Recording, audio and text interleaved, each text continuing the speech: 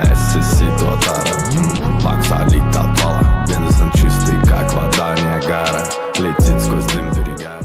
guys, what is up? This is Pyrex here, and I hope you guys are all having an amazing day. And in today's video, guys, I'm going to be giving you my first Sony Vegas Pro 14 tutorial. This is just going to be a basics video where I'll just show you the program and just explain what things are, and then in the next part I'm going to be showing you like how to like trim videos and stuff like that, and then we'll go from there. So yeah, we'll open up Sony Vegas here, and this is what it will look like. And here we have the video track, well, not the video track, but the part where you can watch your video as it's being edited. And this part, I'm not too sure what this part is really, but it's not necessary. You don't really need to use this bit. I assume, no, I'm not really sure what that is. And over here we have 5 different tabs, I believe, if I just drag this. Yeah, so we have 5 tabs here. We have Project Media, where I think we can choose the media from that we can put into our project. And Explorer is where we can find the our videos that we want to put in.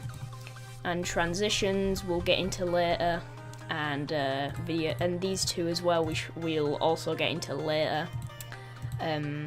So yeah, and now over in the bottom here where my mouse is going, this is the timeline. And the timeline is what you're going to be dragging your audio tracks and video tracks and also image tracks into. So if you wanted to go ahead and add a video, you can either go into the Explorer and just find yourself a video, but I usually just do it by going into my documents and then, like, I don't know, like going over here and just finding your video. I'll just put in like a Fortnite video I have. There we go. So you want to click once so it highlights like this, and then drag it in, and you should be able to see light grey outlines, and then you just want to let go, and then you want to go ahead and minimize this. And now once you've added this, as you can see, you'll have an audio track here, no, the video track here and the audio track. So yeah, you can, yeah, look, you can play it over here and you can see that. And as you can see on the audio track, there's you can see these little squiggles here, and this is just showing and this is just showing the where the audio is. So I think they're called waveforms. I might be wrong, I'm not sure, but these are the waveforms to show the audio. So if it's like, if it's peaking all the way to the top, then it will be quite loud. But as you can see, we can change the volume of it by dragging this little dial here, but we'll just keep that at the top. And yeah, so we have, as I said, the video track and audio track, and you can also change the volume here, as it says vol. We can drag that, and as you can see, it's in decibels. So 12 decibels is the maximum, and you can just make it mute it. You can just mute it if you want to. I'll just put that back to about there. And we can change the transparency of the video if you'd like to. So we have the transparency slider right here, and we can also do that. And now if you wanted to crop the video, you want to come over to here. I'll zoom in a bit. You want to come over to this little icon here, and you want to click that, and I'll just drag this up, and as you can see, you'll be at the crop thing. So yeah, this is event, pan, and crop. So you can also animate this as well, but I'll get into that in another video. You can see this is a keyframe, but we'll just get into that later because they can be quite complicated.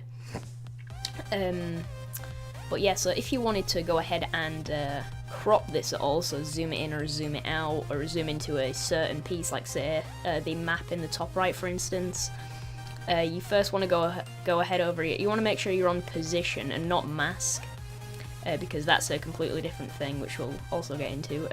But position, you want to make sure that's highlighted in blue. And as you can see here, we have size about center and lock aspect ratio. I tend to use lock aspect ratio, but sometimes I'll turn this off, because if we have both of these off, it does weird stuff like this. And if we just go ahead and look at that, it completely, it changes the ratio of it, and it's not right. So if you, like say I wanted to restart this, I could either go restore, or I could do, if I just do it again, I could do Control Z, and it will also restart it.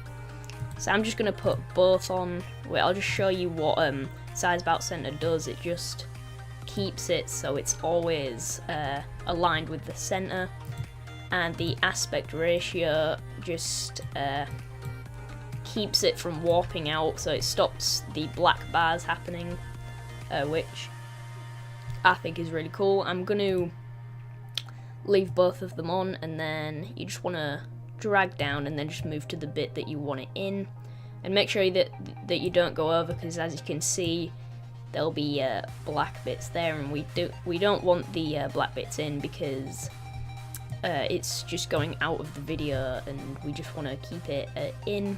I'm gonna turn size about center off and then just drag it in, and as you can see there, we have zoomed into the map, which is pretty cool. And if we wanted it to actually go around the square part, then we will have black bits, because we have a 720p aspect ratio of our project, which you can also change if you wanted to by going to project video properties. And as you can see here, you'll have width and height.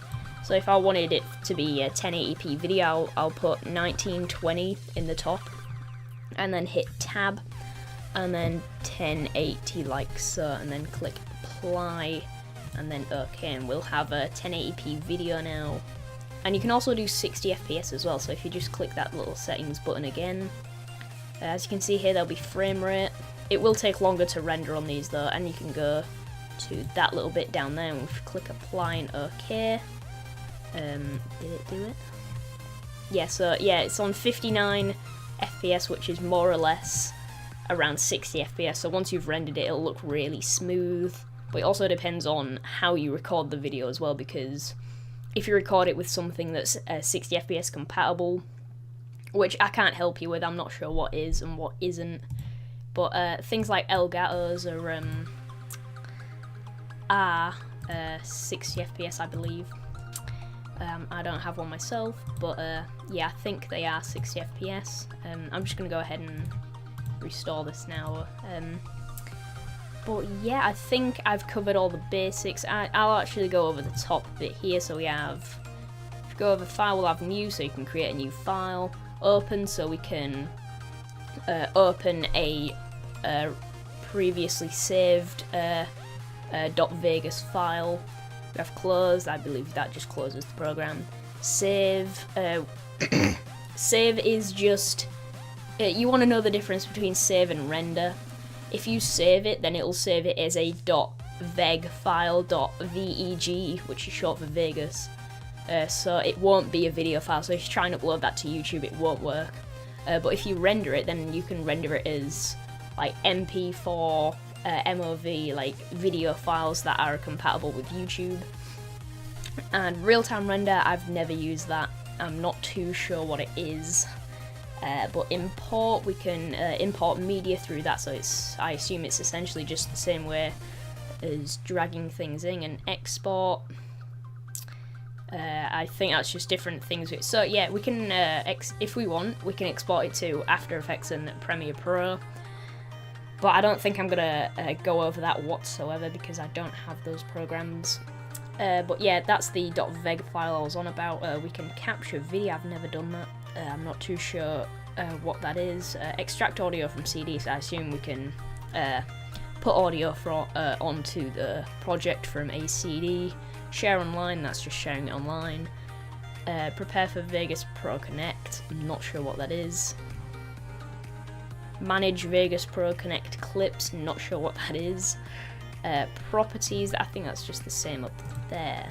Yeah, it is, alright. So yeah, we have properties, exit, and then we just have, I believe that's things we've just added into the file, or maybe things in our documents that we can add in. So edit, a lot of this is blurred out, so it's unclickable, but that's just the undo. But you don't, as you can see there, Control Z, you don't need to, like if you do something wrong, you don't want to go edit and then do that, you can just do Control Z. It's much easier to do, and I always do that. We'll do trim start, trim end, and split in another video.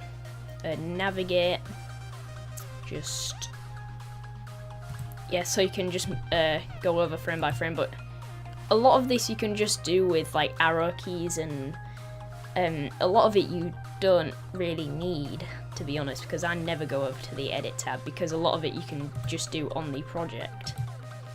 View, doesn't really matter. This doesn't really matter. Yeah, I never use these. The one I'd only use is file to render the video. But yeah, that's basically it, I think. So yeah, guys, hope you enjoyed. If you did, hit that like button, and I will make a part 2 very soon, showing you a bit more in depth about how to like trim your videos and trim start, trim end, and I might even show you a bit of the video effects as well. I don't think I'll get into keyframes yet. I might touch on it in the next part of the video. But yeah, guys, I hope you enjoyed, and if you did, hit that like button, and I will see you all in the next video. Peace.